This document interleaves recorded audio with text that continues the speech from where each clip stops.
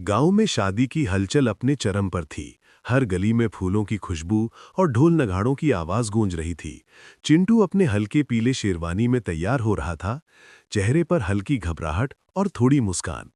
उसका दोस्त टॉनी बार बार उसके कान में कह रहा था, भाई आज से तेरी जिंदगी लेक्चर हॉल बन जाएगी, हर वक्त हाँ जी सुन रही हूं।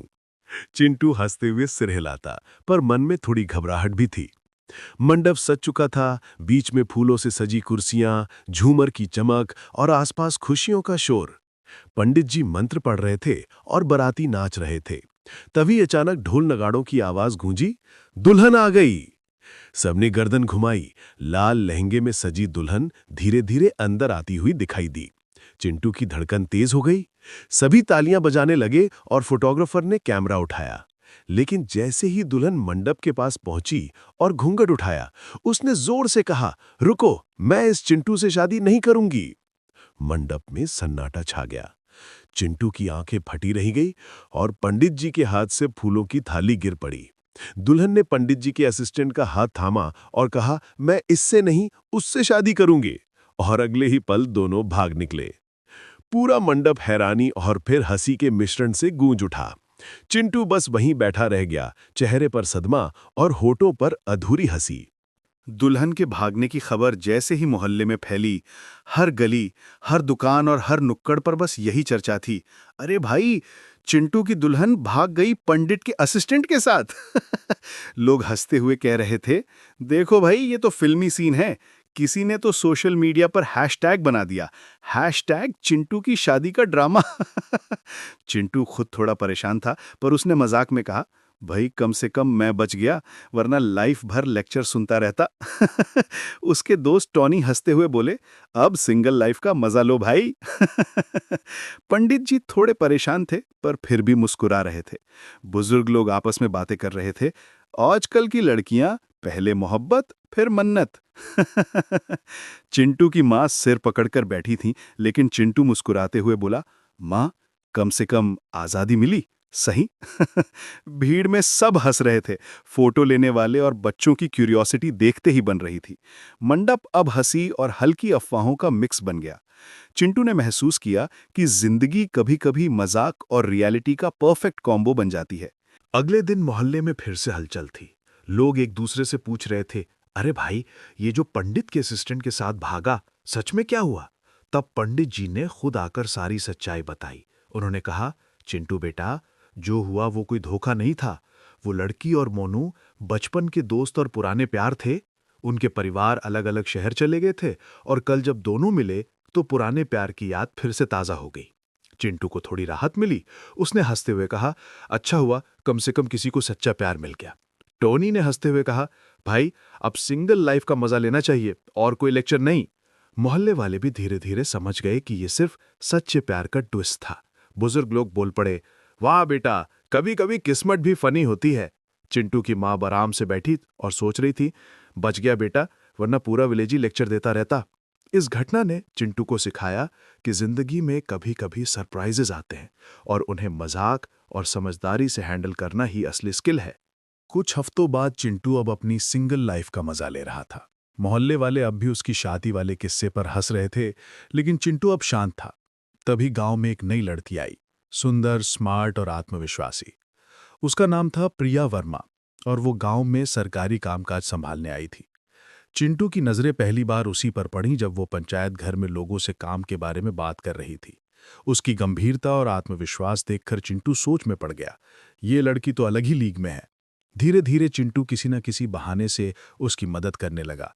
कभी फाइलें पकड़ी, कभी बैठकों में नोट्स लिए। प्रिया भी धीरे धीरे उसकी मासूमियत और हंसी मजाक भरी आदतों से प्रभावित होने लगी।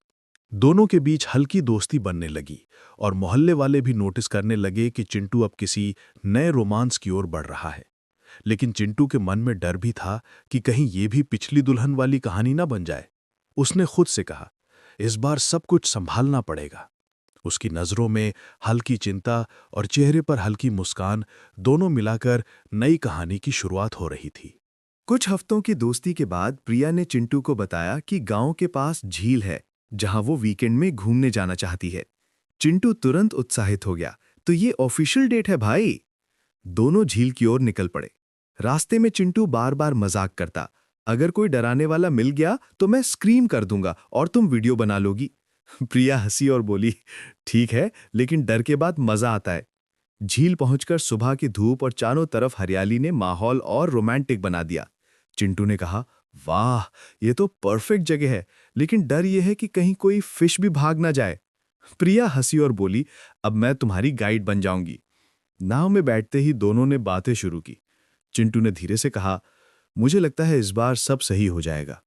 तुम सेफ हो, मैं सेफ हूं और कोई भागने वाला नहीं। प्रिया ने मुस्कुराते हुए कहा, लेकिन मजा तभी आएगा जब थोड़ी अनप्रिडिक्टेबिलिटी हो। दिन बीतता गया, सूरज ढल गया और दोनों झील किनारे बैठे। चिंटू ने हल्की मुस्कान के साथ कहा, मुझे लगता है तुम्हारे साथ रहकर मुझे वही खुशी मिल रही है जो पिछली बार नहीं मिली। प्रिया ने धीरे से कहा, मुझे भी तुम्हारी ऑनेस्टी और मजाक पसंद है। कुछ हफ्तों की डेट्स और झील की सैर के बाद चिंटू और प्रिया अब अच्छे दोस्त बन चुके थे। लेकिन एक दिन प्रिया ने कहा, चिंटू, मुझे गांव के स्कूल में बच्चों के लिए नई लाइब्रेरी सेटअप करनी है। मुझे तुम्हारी मदद चाहिए।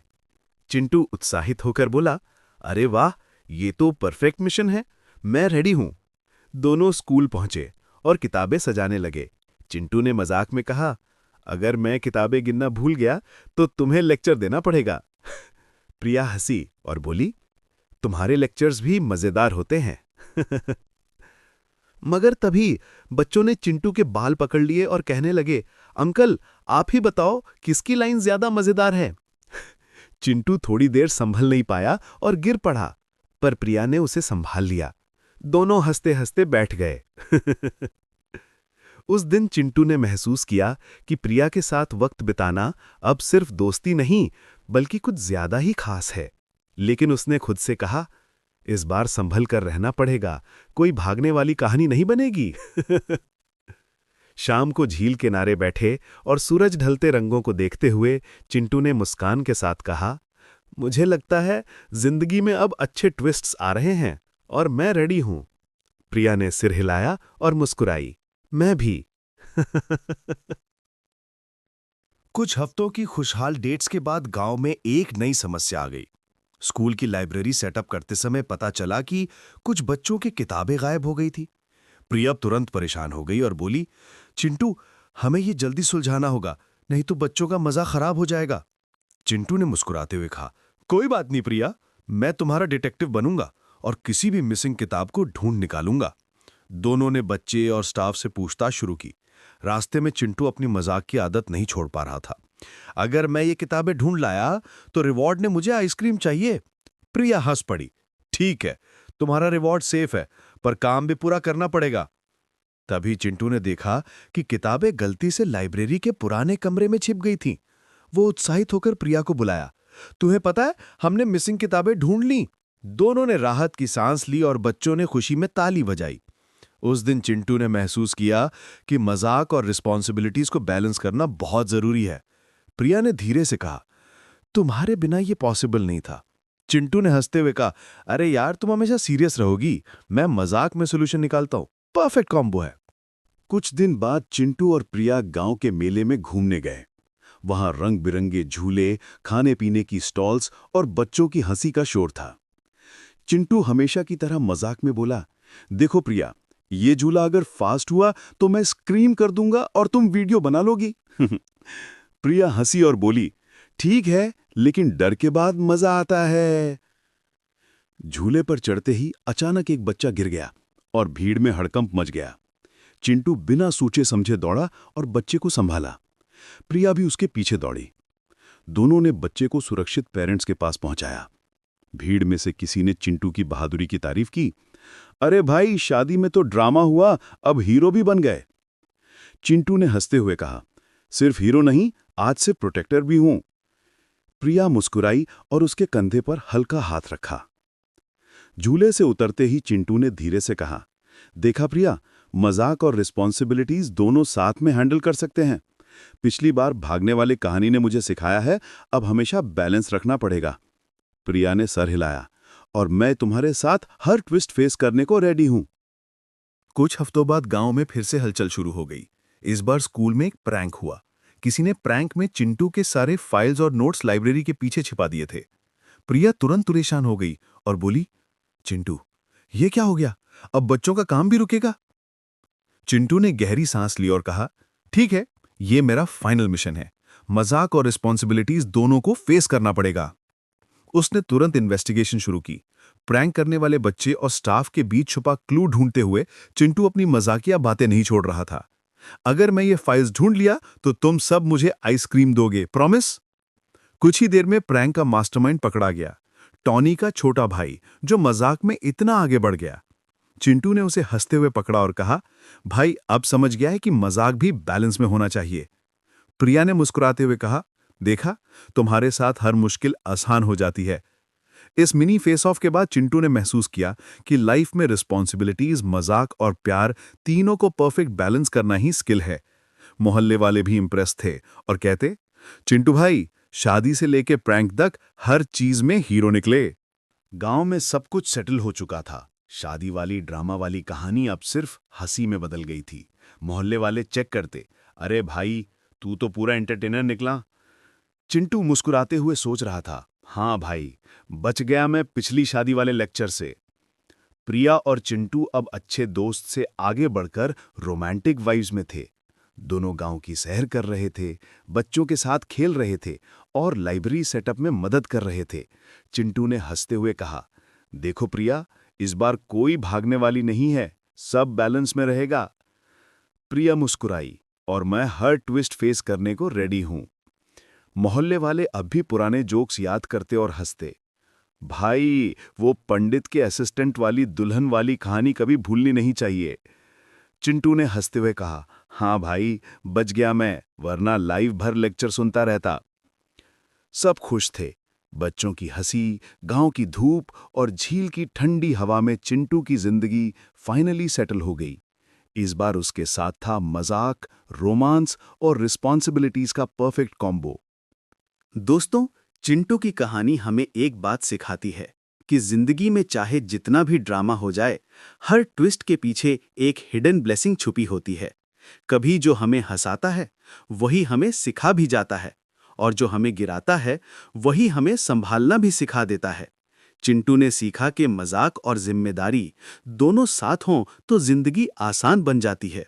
तो याद रखना, कभी जिंदगी हंसाए तो हंस लो, कभी गिराए तो सीख लो, क्योंकि असली हीरो वही है जो हर सिचुएशन में मुस्कुरा सके। अगर कहानी अच्छी लगी हो तो लाइक करो, कमेंट करके बताओ तुम्हें सबसे मजेदार पार्ट कौन सा लगा, और सब्सक्राइब करो ऐसी ही एंटरटेनिंग कहानियों के लिए।